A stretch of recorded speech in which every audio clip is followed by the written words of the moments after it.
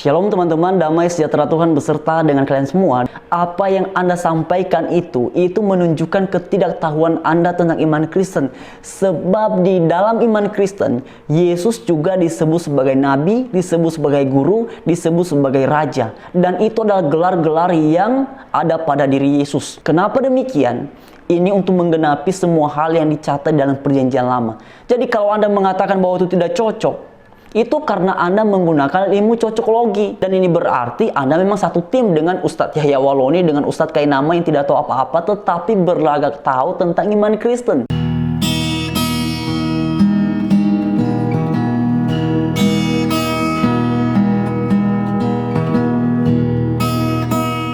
Dan sebelum dalam bagian ini kita sama-sama menanggapi satu cuplikan video, mari terlebih dahulu kita baca Alkitab kita sebagaimana semua teman-teman bisa memperhatikan di screen.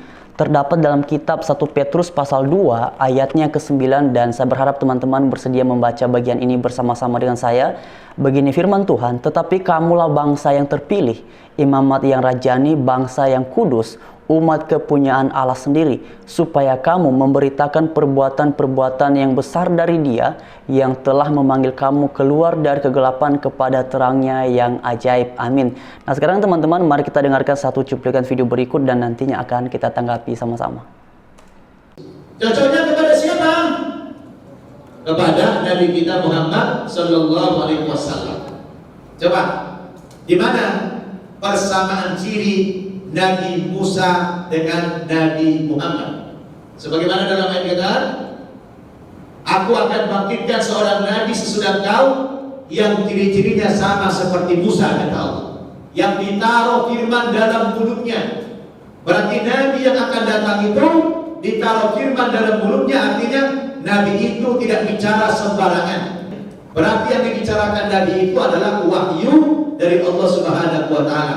Dengan mudah kita mengatakan ayat ini, informasi ini, nubuat ini kepada Nabi kita Muhammad Sallallahu Alaihi Wasallam. Sekarang coba kita lihat beberapa persamaan ciri Nabi Musa dengan Nabi Muhammad sebagaimana yang disyaratkan dalam ayat ini. Yang pertama,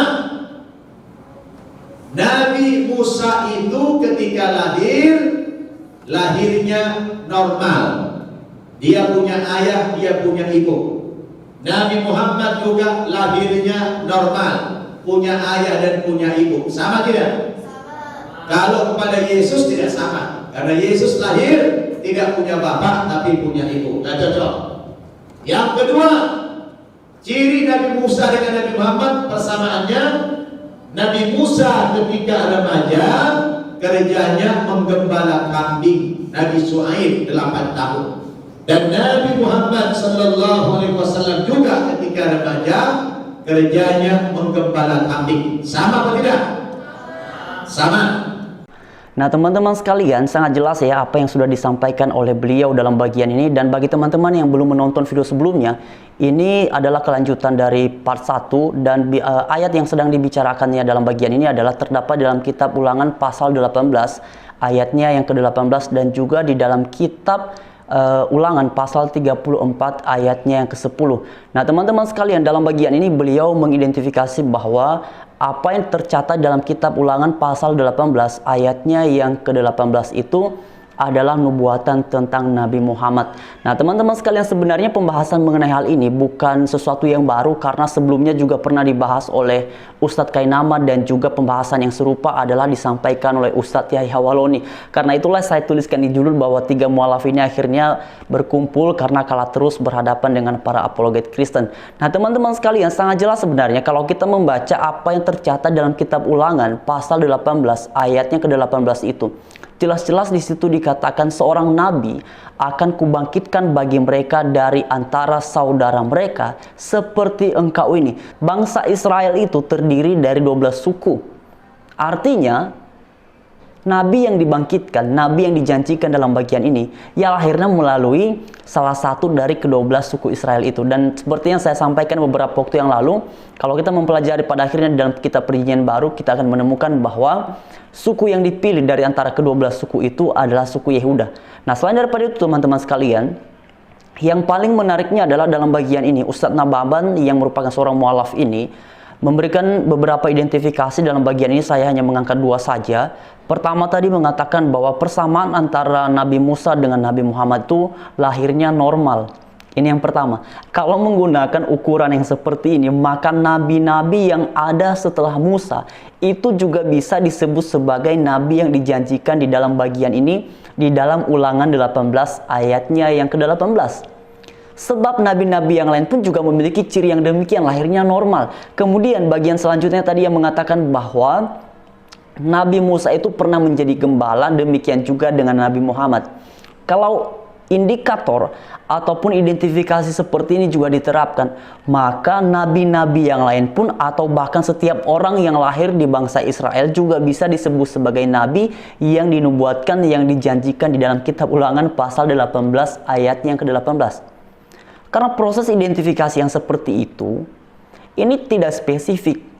Justru ini bersifat umum, dan kalau menggunakan cara yang seperti ini, maka setiap orang yang berprofesi sebagai gembala dan lahir secara normal, maka bisa disebut sebagai nabi yang dijanjikan dalam kitab Ulangan pasal 18 ayatnya yang ke-18. Nah, sebenarnya teman-teman sekalian, ciri nabi yang dibicarakan dalam ayat ini sudah jelas-jelas sebenarnya. Perhatikan di ungkapan, aku akan menaruh firmanku dalam mulutnya dan ia akan mengatakan kepada mereka segala yang perintahkan kepadanya.